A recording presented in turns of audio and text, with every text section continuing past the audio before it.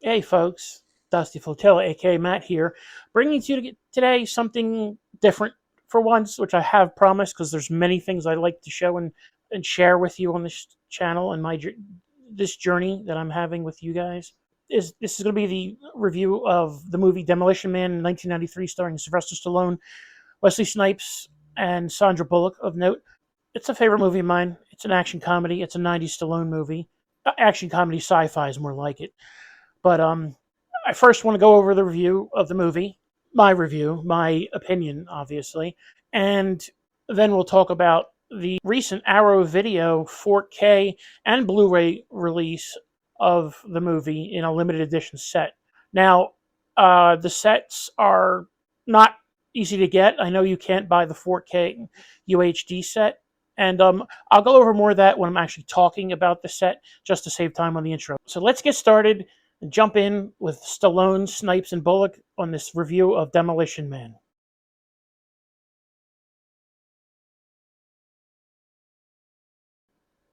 All right, so there's a lot of things I could say. You know, I'm a product of primarily the 80s and 90s, growing up in my formative years, being youth to teenage. I got out of high school right at the endish of the 90s. So a lot of things have changed. I've gone through and seen a lot of things, which is why I like to do this channel. I want to share with you so many of my passions, experiences, stories from myself and about my father, of our collecting journey. Sorry about that. And it deserves to be said.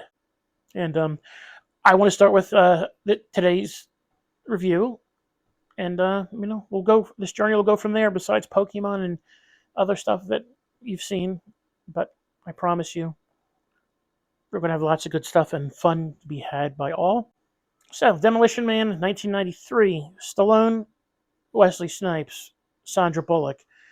Sandra Bullock was one of her earliest breakout roles. The movie starts off in which in 1993 was the near future, which was dystopian Los Angeles 1996, where Stallone's character John Spartan is going after Wesley Snipes' character Simon Phoenix, and he's known as the Demolition Man. Stallone's character John Spartan is known as Demolition Man because typically wherever he goes, demolition follows in a spectacularly gigantic way and costly way. So, I'm not going to go through too many of the plot details to spoil anything. I'm just going to kind of glance, so you're going to go, huh? So basically, things go sideways, and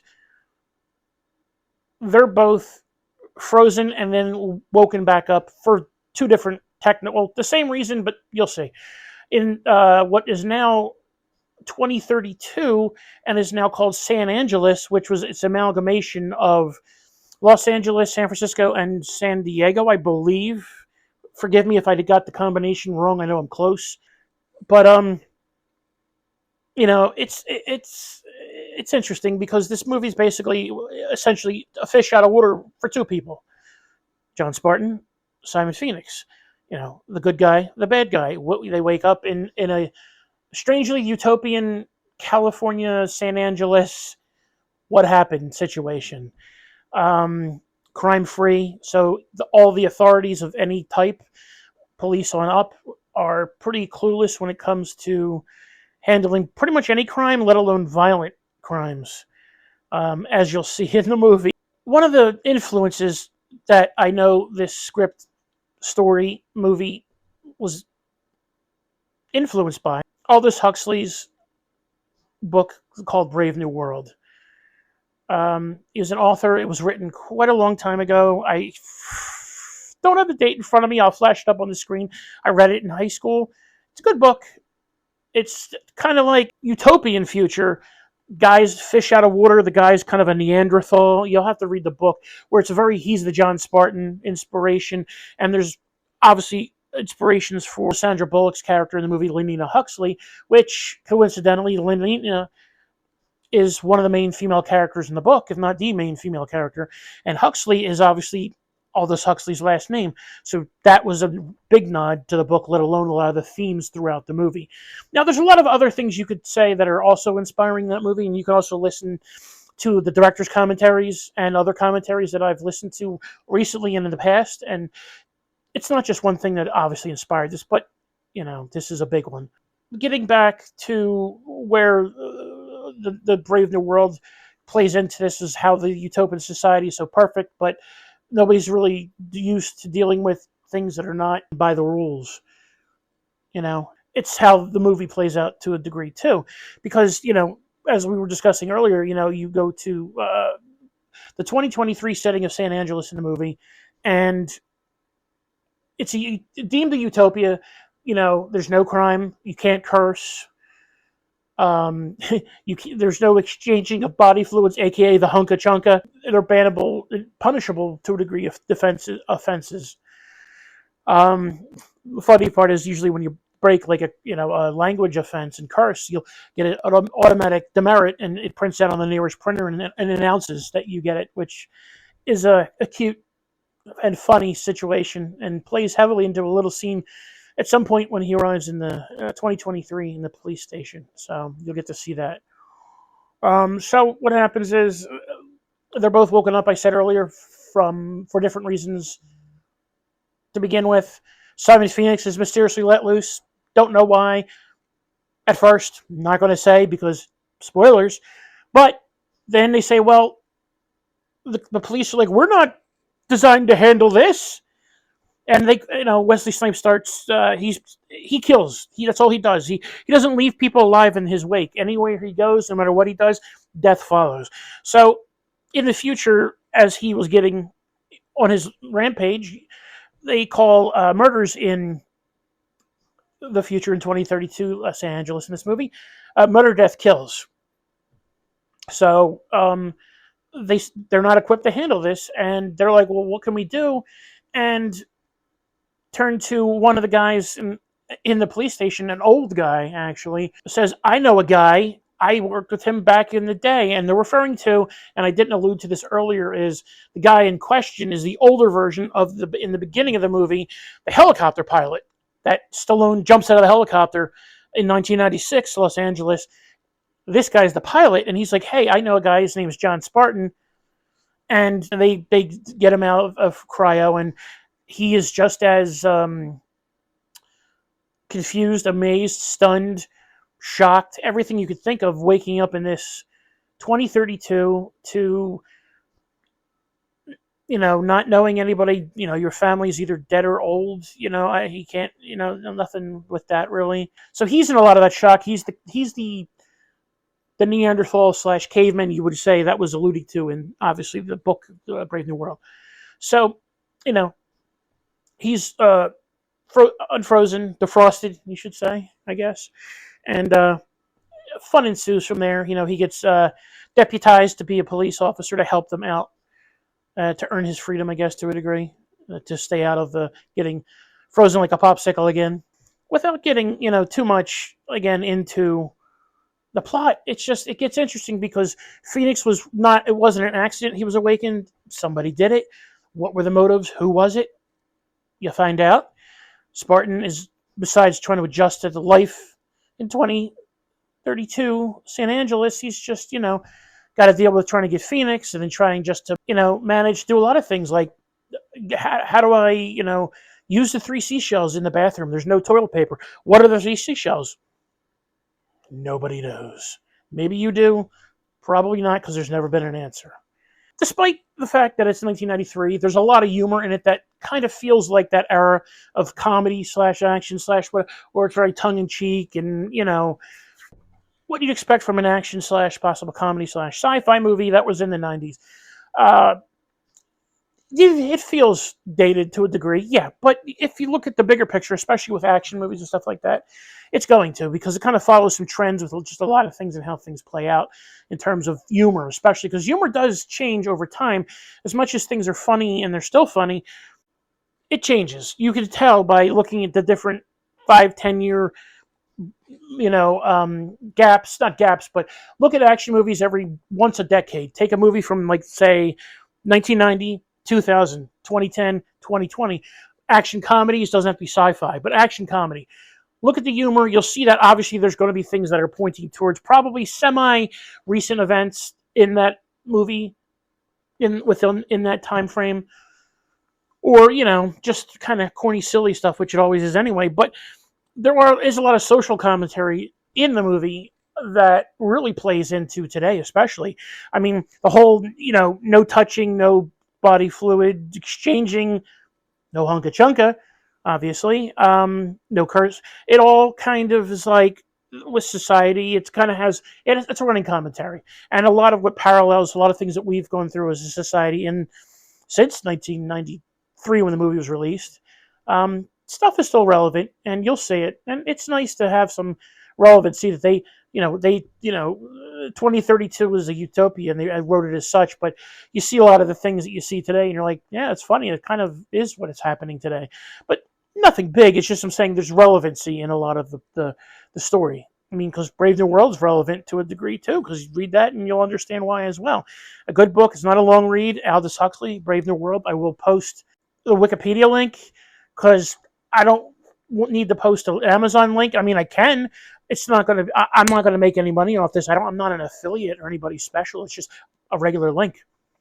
So I'll do both. And if you want to read it, you can get it either electronically through Kindle. There, various forms of binding, softcover, hardcover, what have you, or any other ebook retailer of your choice, whether it be Apple, Google, or any other online digital bookstore that has ebooks or PDFs that you can buy.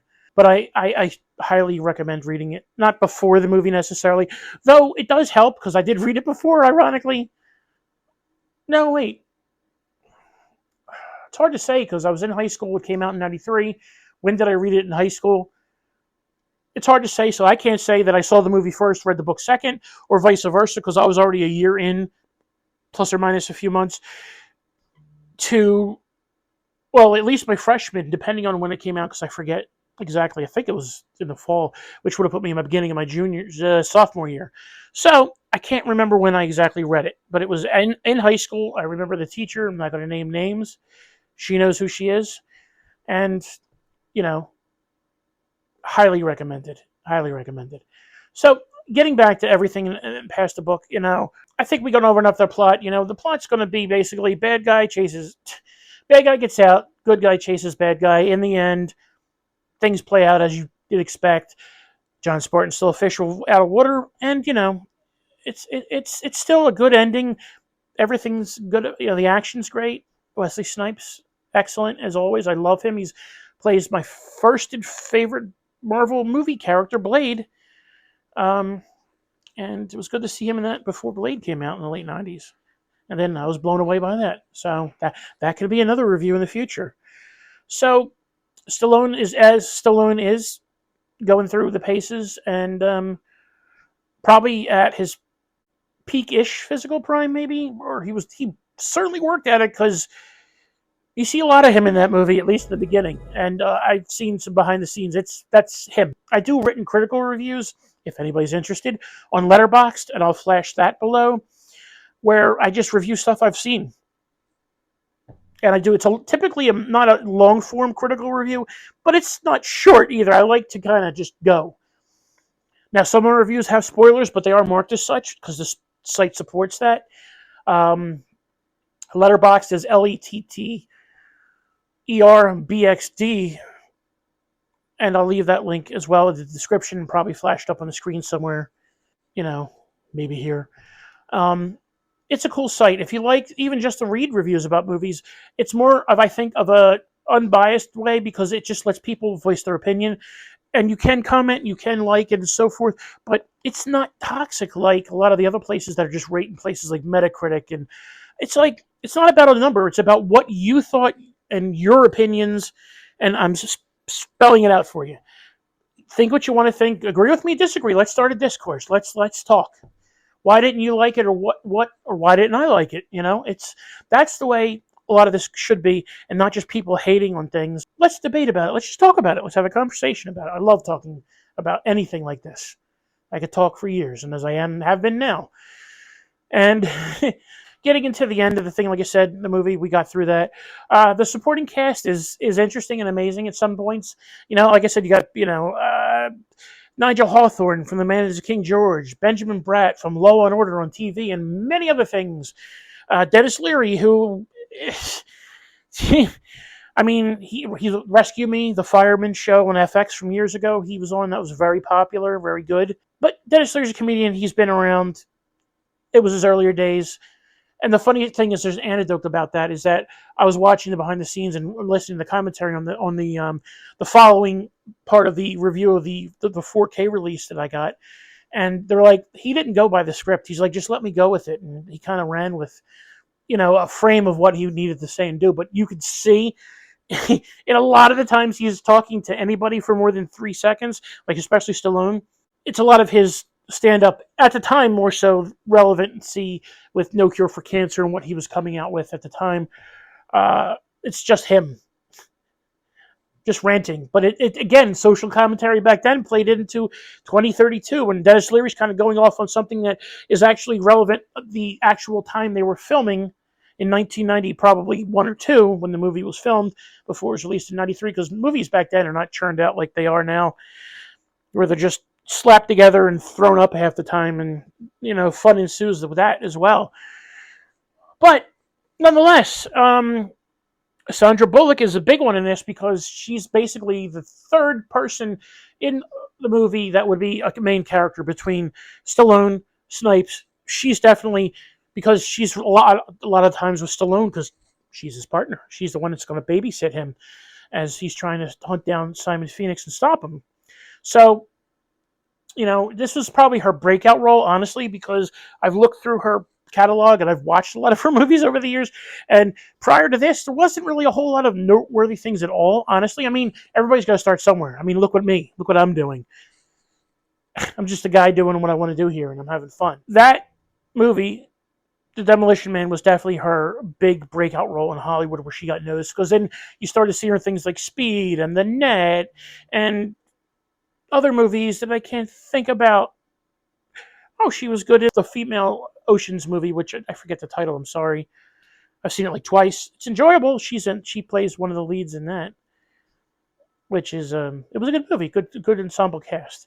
But I'm getting far off the point. My little Easter egg of the video is Sandra Bullock was in a TV movie in 1989.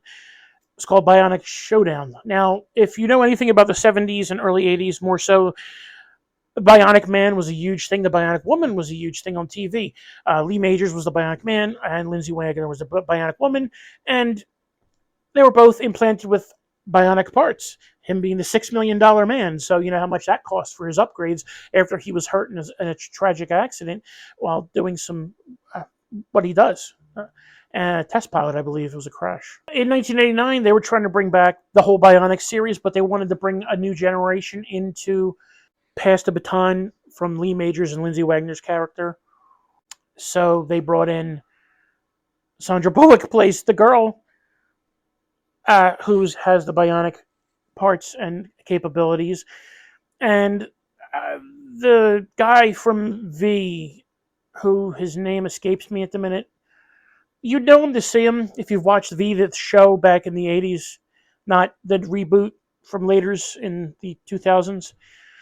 The original V, his name is Kyle something, I believe. He's kind of a guy who disappeared pretty much, I think, in terms of being on screen, at least, doing filmmaking, a long time ago, if not probably after V and that. I don't remember seeing him in much, but maybe now he is in things, and I don't recognize him being that much older because I'm that much older too. Bionic Showdown, 1989. It's a TV movie. You can find it. If I could find any places that it's free or not, I'll post some links if you really are interested to see her in her early role in Demolition Man, where you can see she's growing into things. I mean, she was young. We were all young, right? 1989. That was 4 years before this movie premiered. This was probably the next thing she filmed, meaning Demolition Man was probably the next big thing she got after Bionic Showdown. I think that helped get her noticed with Hollywood more so after the TV appearance. She was probably tapped 1990, 1991 sometime to co-star, or really, well, if you count 2 other people being co-stars, which you can because it is, in the Demolition Man with Stallone. She probably heard that and went, yeah, Stallone, Snipes. I mean, who wouldn't, right? And it sounded like a fun movie, and it was a fun movie. It's a fun movie. Is it the best movie in the world? We'll discuss that at the end.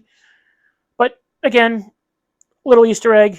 If you want to see it, I'll put the links here, there, and at the end, and in the description below with the video on the page. But to wrap it up, the movie, I like it because I grew up with that stuff.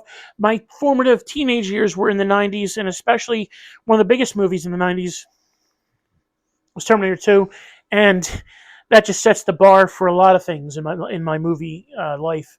But Demolition Man was just another good one. You know, Stallone, Schwarzenegger. I mean, you got all those guys back then, and it was an explosion in the 90s especially. I mean, 80s was kind of going that way, but there's a lot of bad-ish, weird, not so great, so bad it's good movies, to coin a term in a great other YouTube show, So Bad It's Good. Love that show. I mean, crap. Or Schwarzenegger was governor of California, for crying out loud. The funny part about that is, in quite a few movies, there's usually a joke about one of them being some kind of official, like president. And you'll see why, because it couldn't be true, but the closest Schwarzenegger ever got was governor. Things like that, they always go back and forth with each other, saying things or making nods to characters in movies. So there's that in this as well, and expect to see that. You have to pay attention because it's a interaction, a conversation between the two of them, Spartan and Lenina Huxley, Bullock's character. It's just a little funny nod. It was a big time in my life. A lot of people, a lot of friends. And just seeing these movies and then watching them constantly after they got released on home video and just never looking back. And then these guys are starring in other movies that we have enjoyed over the years, especially Snipes is a big one for me. It's no Stallone, and I'll get that to a second. You know, Blade really stuck with me in I think it was 97, 98, 97. Late 90s. That it's one of the movies that sticks with me. The character sticks with me. He sticks with me. To see him come back. Spoiler warning. If you haven't seen Deadpool and Wolverine, hold your ears. He's back in Deadpool and Wolverine. I almost lost my mind. So I have an affinity for that. And Stallone's made great movies over the years. He's also a hometown hero. I am in the vicinity of Philadelphia. And, you know, I have some stuff, some Rocky stuff. Not a whole lot of collectibles, but a few pieces that I'll show in another video. So you'll see that. Some little ones are definitely a big nod to the hometown. Sylvester Stallone's always been my life to some degree. You know, Rocky and all that other stuff. We'll go. Maybe I'll do a Philadelphia retrospective of Stallone, and at least the Rocky movies, the ones that I liked. We'll see. That might be another thing I can do in the future. Now that I'm thinking about it, so it's action. It's got comedy. I forgot to mention that there was another cast member who was actually uncredited in the movie. I don't know if they changed it. I didn't see in the credits. But Rob Schneider, of all people, has a bit role as one of the cops who's, I guess, the one that he answers the phone in the front and kind of mans the front when people walk in. His character's a little Weasley and annoying guy. What a surprise. Now, I've liked him over the years now, and he's got some funny roles, and a lot of people don't like him. I don't like him. I don't hate him. He's there. He's good comic relief regardless, because comic relief is not always good. Sometimes it's just there to make stupid laughs and stupid jokes and do stupid things and fall and get hit and whatever, Bottom line is, look, if you like 90s action movies, if you like Stallone, if you like Wesley Snipes, one of his great action movie roles, and not necessarily for the action, but the character itself is just over the top, evil, and devilish, coupled with his fighting skills and gunplay. It just made for a good villain. And Stallone, as the Neanderthal brutish John Spartan, is the great contrast to Wesley Snipes, the yin and the yang of the good and evil. And just overall, it was, guns, explosions, humor, and 3 seashells. You know. I think it's worth watching, again, if you like anybody that's in it, especially if you like action, comedy / sci-fi movies. Definitely a watcher. Definitely worth it. I would definitely recommend either getting it. I wouldn't say digitally, only because the digital copies right now that I've seen are still not standard, high def. If you don't care, it's like a 1080p that you can get. It's not the greatest copy because it's on a remaster. Whereas right now, which again will probably eventually get ported to digital, because eventually once a release goes out of print, I think they might do it. I don't know. But the new remaster that's in 4K, or even the 1080p Blu-ray they put out, which is the other one to that, both are remastered in 4K. And sorry, the picture's amazing, and you'll see that in the next part of this with my review of that release. I mean, all in all, it's worth a watch, and I hope you watch it. And look, talk about it. Talk to me about it. Leave comments about this, and I want to remind you again to leave and like, dislike, leave, and hit the notification bell and subscribe if you're new. Okay, I'll go over all that again as well. But look, start a commentary. Did you like the movie? Do you like the movie? Why? Why not? I'd love to hear from people because I like to talk stuff about this. Let's have a good, normal conversation about a movie, whether you like it or not. It's not for everybody. It's certainly not, especially action movies and stuff like that. Doesn't always ring a big thing with anybody. Let's get to the review of the recent Arrow Video release, 4K UHD of Demolition Man, the limited edition set, which we're going to do an unboxing as well as the review. All right, as promised, do the unboxing of the video first. And as you can see, it's Arrow Video, which it would be nice if they focused. Right, I'm just going to give you, because I gave you a full review of the box earlier.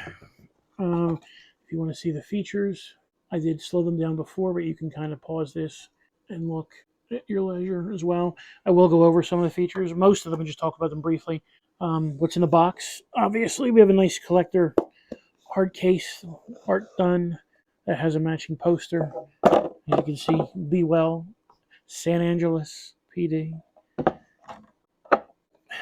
We have a book as the morality violation replica, which is cute. And then it just has stuff. It just has like some essays about making the movie and stuff they remember. And it's a nice little piece to kind of button up the set as being a little bit of a limited edition collector set. Next thing real quick, I'll show are the stickers, which if you know what this is in the movie, it's graffiti that's sprayed on a wall. You'll see it, Edgar Friendly, Dennis Leary's character. And then, oh my God, the 3 seashells. What do I do? I don't know. Still don't know. Anybody know? Help, please. I need to use these badly. And then we get a poster, which is the same as the cover of the book. I mean, the poster looks like this. It's a little bit cumbersome to open, but the design is, I'll show you, it's easier to show this way. It's a fairly good sized poster. I'll put that just kind of under the 3 seashells. How's that? I like to show that because it's funny. This is the main part, the main poster, which is the one everybody's used to seeing on the poster in the movies and the main poster in the VHS in most countries. And this is the flip side of that poster. It's new artwork, which I will go over who did everything in a second, but I'm just showing you it's new artwork. But you don't get this though, but you do get this part. So that's just the other side of that. Nothing really else to see. I'll flip it on that side. And, the Blu-ray, same as the back of the box, has some postcards, has the 4K UHD disc. We'll go over some nice pictures. Nice pictures. Spoiler. And then an advertisement for some stuff, an Arrow. So there's that. And yeah, it's a cool little. Sorry, fix this. Let me shut it. It's a nice little set. Now people go, well, this isn't. What's that? That is the region age for.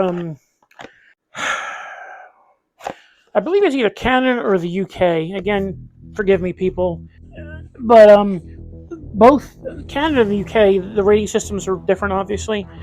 But the discs play fine. They're not locked to the Canada or UK, which is good. That's why, because I watched this personally, obviously for this review, and there's that. Again, the unboxing. This is just the outer sleeve. Arrow Video limited editions. Now, as of seeing this, you can only get. If you want limited edition, you can only get the Blu-ray version, limited edition, still for $35 on their website. On Arrow, just do a search for Arrow Video. You'll find it. It's not hard. I will put a link to it in the comments and probably a link on the video, if not, definitely the comments. So but they're also releasing soon-ish, I mean in the super near future, just basic disc versions that have no extra frou-frou limited edition stuff like I'm a sucker for sometimes. And it'll just be the movie. And it's like, it's significantly less. It's 25 and 35 respectively. Whereas the 4K limited was 45, it's 35 for the disc. And the Blu-ray, which is limited, is 35. The regular disc Blu-ray only that's coming from them is 25. So you know. That's pretty much all for the unboxing, as you can see. You know, kind of cool, right? Kind of cool. Cool stuff. Cool stuff. All right. Let's go and wrap this up with a quick talk about the this print specifically, not the movie, because we've already done the review. Just what I thought of this release from Arrow Video. Okay, that'll be in closing. I hope you enjoyed looking at the limited collector's edition from Arrow Video that I was showing you the box of, which is right here. I'm going to use this for a little bit of notes because I need to be able to talk about some points. So forgive me if I'm looking off camera a little bit. There's a lot of extra special stuff on here. But let's try to make quick work of this because this is already a long video and I don't want to take up too much of your time. I appreciate you sticking around to the end and it means a lot. Thank you. Really. So, you know, it's a 4K restoration of the original 35mm negative. So you're going to get the best possible at a 4K scan with that film. They could have done probably higher, but then again, you know, a 6K or an 8K scan is probably a fortune still. And nobody's going for more than 4K. It's an old. I could see doing a higher resolution for one that's maybe shot in 4K for the future, because that'll upscale a little better than, let's say, going from this or the 35mm negative all the way up to 8K. I don't know. You know, I don't know when stuff filmed on film in traditional ways, how good it can be. But I mean, I guess if you do a new 8K master of this, when 8K becomes viewable to most people, like 4K can be now, technology's only getting better. I've seen what stuff can do now. Which, I mean, Willy Wonka and the Chocolate Factory with Gene Wilder in 1971. When I first got the Blu-ray, my face was blown off because it was a remaster, and it looked brand new, and it was plus 40 years later. That was I watched it. It was in the 2000s when the Blu-ray came out, or later 2000s when the Blu-ray came out, and it looked amazing. So age doesn't always dictate quality when it comes to restorations and scans. So I imagine if they would at least take the original negative again to do it. But the problem with film is why they do a lot of these sometimes. Film deteriorates over time, even kept in, you know, those places they keep it in under the perfect conditions, the climate, the humidity, you know, temperature, humidity, and everything. This stuff's not made to last. It's plastics. It breaks down. I think we lost Star Wars, or seemingly, you know, they did the whatever with that. It's been said the negative's gone, at least from the first movie. The other ones can't be far behind if they are. The print looks great. There is a slight film grain, as there should be. I don't think any movie, even digital movies nowadays, should add some film grain if they can somewhere, because I think it loses its luster because it's so clear and it's so in your face. I mean, I think like live action footage where it's like me watching a YouTuber who's doing something in real life, not making a movie, making a fantasy or something that's, you know, being filmed for a big production, not like some person who's doing something like me. I don't need film grain. Maybe I do. I don't know. But film grain, it looked good to have enough noise in there. Whether it was the original film grain noise or not, it helped. It softened it enough that it was still, the picture looked great, vibrant in HDR, 4K. I watched this. I watched this on my PlayStation 5 to a 65-inch LG OLED 4K, 120 hertz. So I have this tweaked and tuned as good as I can get it with my eyes, and I've had everybody that comes in and says, wow, this looks good. And I'm just watching YouTube videos when people walk in at the time. I'm seeing a lot of people that are normal people who make content like I'm doing. A good example, would be Wet Movie 1, if you're familiar with him. His name's Brandon. The Warner Brothers movies, a lot of the old Warner Brothers movies on DVDs that you own, he owns. Disc rot's a thing. People don't realize this. Even in best shape, I mean, I keep my stuff in a controlled environment. The older stuff gets, the harder the media is going to be. It's happening with everything. I remember I had disc rot for CDs I burned of data or audio on computers from the 90s, before DVDs were even a thing. They're absolutely coasters now. Your media is dying, whether you know it or not. Find an old DVD you've had forever, maybe since DVDs first started. I know we probably still do somewhere around here, because I still kept DVDs. I have DVDs of stuff that just doesn't have anything physical otherwise. Not a lot, but enough. Check your old media. Check your old games. The stuff that's reasonably recent could be rotted. I'm not hearing a lot about disc problems like that. Not yet. I don't know. And the funny thing is, disc-based games are older than DVDs. But I was always and my father, an early adopter of technology that we liked, and computers was always a big thing, and still is to a degree in my life. It was my profession and my expertise to a degree, professionally at least. I mean, personally too, because I do know it, but my passion lies in more like gadgets, geeketry, movie reviews, Pokemon, pop culture, entertainment, fun. Computers, yeah, I'm going to involve tech and probably talk about stuff too, because I'm geeky in that aspect. I don't think I need to say any more about the picture than it's spectacular. Any TV is going to like it, because if your TV's crappy, it's going to look as good as your TV. But I mean, good, bad, or otherwise, it's beautiful. They did a good job. So, great. The sound, it's great. I don't have anything in terms of surround sound. I have Dolby Atmos that's in my TV and everything, and it's loud, it's great. It has virtual surround, I guess, to some degree at some points. So, audio is good. I'm not going to complain. It's an original lossless DTS HD 5.1 master. And Dolby Atmos was the other option, obviously, which is what I was using, because I don't have the surround sound. But subtitles, obviously. An interesting thing is you get two versions of the movie. And I say versions because it's only very subtly different. Taco Bell comes into play in the movie. Well, outside of the US, the international versions, at least what they call the international version, they switched it to Pizza Hut, because Pizza Hut at the time was much larger everywhere, whereas Taco Bell still didn't have as much of a presence. Back then, they switched it out to be more relevant for the international audiences. So anytime Taco Bell is mentioned or you see logos, it's Pizza Hut. Through the magic of some weird CGI, it looks like, when they kind of, because it looks, you can tell some of the signs they replaced. It's not like they replaced the sign and shot the scene. They composited, I think, over it as carefully as they could, but you can kind of see that little movement sometimes, I think. It was the 90s. What the heck, you know? You get a lot of commentary in this, you know. I went through it. You get one from the director, Marco Brambilla, screenwriter Daniel Waters. Very informative if you like to listen to the director's commentary. I mean, some of them can be very technical, dry, and or boring. You know, I think this is a good one. You know, he's a good guy. I've watched enough and listened to it that if you want to really hear about the inside of making the movie, who better to hear it from? At least one of the who better to hear it from would be the director and the writer, obviously. And then you have some other like ones like some basically video essays. You know, there's one done by film historian Mike White of the Production Booth podcast.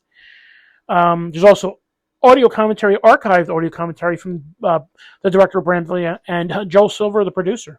So you get some old archival footage commentary, or not footage, audio commentary, which is nice. You know, there's an interview with production designer David L. Snyder called Demolition Design.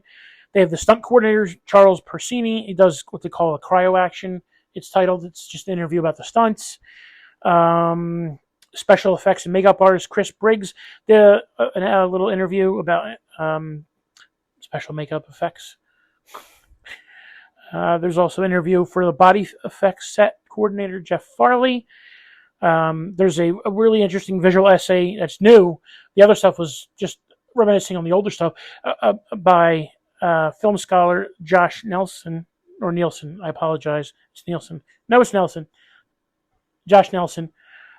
It's called Somewhere Over the Rainbow, and it's an interesting visual essay worth watching, just about everything Stallone and the movie, and you just have to watch it. It's fun.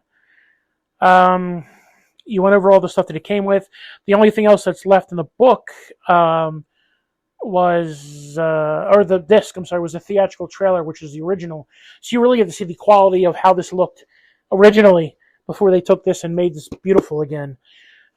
Also, I wanted to mention, as I was showing the extras, the artwork that was in for the commissioned artwork, which is the poster that has this side of the poster, this artwork that this is on, even though this isn't part of the poster, this poster, which is the other side of this poster, and it comes in it. This artwork was done by Laurie Greasley. I read that right. I was just making sure I read it right. So Laurie Greasley did the newly commissioned artwork for the box, the inside box, and the poster.